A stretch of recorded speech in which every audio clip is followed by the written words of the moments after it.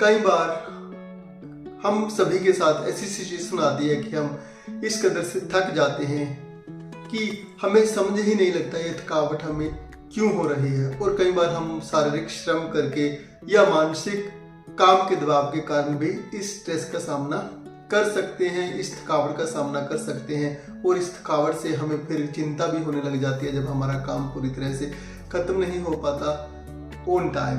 दोस्तों, आज कुछ टिप्स आपको देने जा रहा हूं जिनके द्वारा आप पाएंगे जब भी आप इस स्थिति का सामना करते हैं और कुछ ही मिनटों में आप अपनी नॉर्मल स्थिति में वापस आ सकते हैं। मात्र 5 से 7 मिनट अगर आप अपने लिए निकाल लेंगे तो आप अपने पहले जैसी स्थिति में आराम से आ सकते हैं। बात करता हूं, पहला जो नुस्खा है दोस्तों, आप अपने शरीर को स्ट्रेच कर लीजिए। इस तरह से अपने शरीर में खिंचाव महसूस कीजिए। अगर आपके पास संभव है, अपने घर पे हैं या ऑफिस में, आप किसी फ्लोर पर या फ्लैट सरफेस पर लेट सकते हैं, वहां पर लेट जाएं और अपने पैरों को और हाथों को जितना खींच सकते हैं, अपने आप को जितना लंबा कर सकते हैं उतना आपने करना है। और आप पाएंगे कि कुछ ही पलों में आपके शरीर में इस स्ट्रेचिंग से एक नई ऊर्जा पैदा होना शुरू हो जाती है और आप एक रिलैक्समेंट का अनुभव करते हैं। अगर आप लेट नहीं सकते तो आराम से किसी कुर्सी पर बैठ जाएं, अपने दोनों हाथों को अपने थाई पर रख लें और फिर अपने पैरों को स्ट्रेच करें, फिर अपनी पिंडलियों को स्ट्रेच करें, थाइज को, घुटनों को, शरीर के हर एक अंग को हमने खिंचाव देना है। जब हम ऐसा करेंगे आप एक गहरी शांति का अनुभव करेंगे और आप मेंटली तौर पर रिलैक्स होना शुरू हो जाएंगे।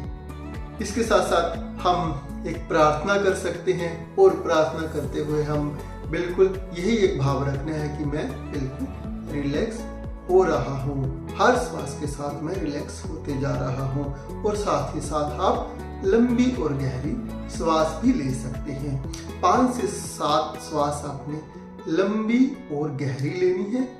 इसके साथ साथ आप अगर संभव है आपके लिए तो भस्त्रिका प्राणायाम कर सकते हैं।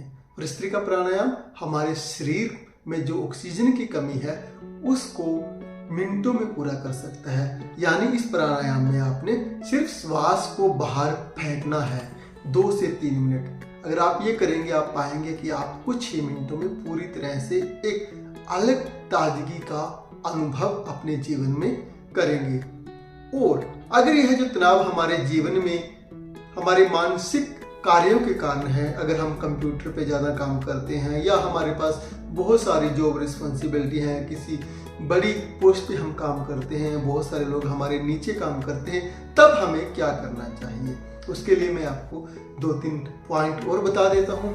दोस्तों, एक तो हमने एक समय पर एक ही समस्या का समाधान करना है। जब हमारे पास बहुत सारे काम करने को होते हैं लेकिन हम अपने आप को उलझा लेते हैं सभी कामों पे, तब हमें एक एक करके सभी कामों को खत्म करना है। बाकी अगर आपके टेबल पर बहुत सारी फाइल्स पड़ी हैं तो आप देखकर परेशान हो जाते हैं कि कैसे काम को करूं, समझ में नहीं आता। तो आप एक टाइम पे जो सबसे जरूरी काम है पहले उसको निपटाएं। आप काम को उनकी प्रायोरिटी के हिसाब से डिसाइड कर सकते हैं कि जो सबसे जरूरी है उसको सबसे पहले, जो उससे कम जरूरी है उसको उसके बाद। ऐसे आप अब अगर अपने कामों को ऑर्गेनाइज करेंगे तो आपका जो माइंड है वो रिलैक्स होना शुरू हो जाएगा और आपके जो थकावट इस मानसिक स्ट्रेस के कारण होती थी वो आपको नहीं होगी। इसके बाद दोस्तों, आप जो डिसीजंस हैं, कई बार हम क्या होता है कि जब बहुत बड़े लेवल पे हमें कुछ काम करने होते हैं तो कुछ डिसीजंस हमें किन्हीं पहलुओं पर लेने होते हैं, लेकिन हम डिस्कस तो सभी पॉइंट्स पे करते हैं लेकिन डिसीजन किसी पर भी नहीं ले पाते। तो हमें एक एक करके डिसीजन लेने चाहिए, इससे हमारी जो कार्य क्षमता बढ़ती है। जब एक फील्ड पर या एक प्रोजेक्ट पर हम अपना निर्णय फाइनल कर लिया उसके बाद हम नेक्स्ट प्रोजेक्ट पर वर्क करें, इससे हमारी जो कार्य करने की क्षमता और बढ़ेगी। इसके साथ साथ हम क्या कर सकते हैं, जो भी हम काम करते हैं खुद सारी रिस्पॉन्सिबिलिटी लेके और हम पोच कर लेते हैं सारे कामों को, तो हमें अपने जो जॉब रिस्पॉन्सिबिलिटीज हैं वो डेलीकेट करनी होगी अपने जूनियर्स को और लोगों को जो हमारे साथ में अगर परिवार में है, तो हमें अपनी जो कुछ रिस्पॉन्सिबिलिटीज़ हैं, जो हमारे और लोग हैं जो कैपेबल लगते हैं, हमें उन लोगों को वो जॉब रिस्पॉन्सिबिलिटी हम अगर असाइन कर देंगे तो हमारा जो वर्कलोड है वो कम हो जाएगा। दोस्तों, अगर ये तरीके जो मैंने आपको बताए हैं इनको आप अपने जीवन में अपनाते हैं तो आप पाएंगे कि जो थकावट, ये जो फैटिग आपको वरी पैदा करता है, फियर पैदा करता है, इनको आप अपने जीवन से अलविदा कह सकते हैं। अगर वीडियो आपको अच्छा लगा तो मेरे इस चैनल को आप सब्सक्राइब कर लीजिए अगर अब तक नहीं किया, और इस वीडियो को शेयर और लाइक अवश्य करें और मुझे कमेंट करके बताएं कि अगर आपने ये स्टेप अपने जीवन में अपनाए हैं तो उनका क्या रिजल्ट रहा, क्योंकि आपकी फीडबैक मेरे लिए एक वरदान का काम करती है और मैं ऐसी ही महत्वपूर्ण जानकारियाँ आपके लिए जुटाने में सक्षम रहता हूँ। धन्यवाद।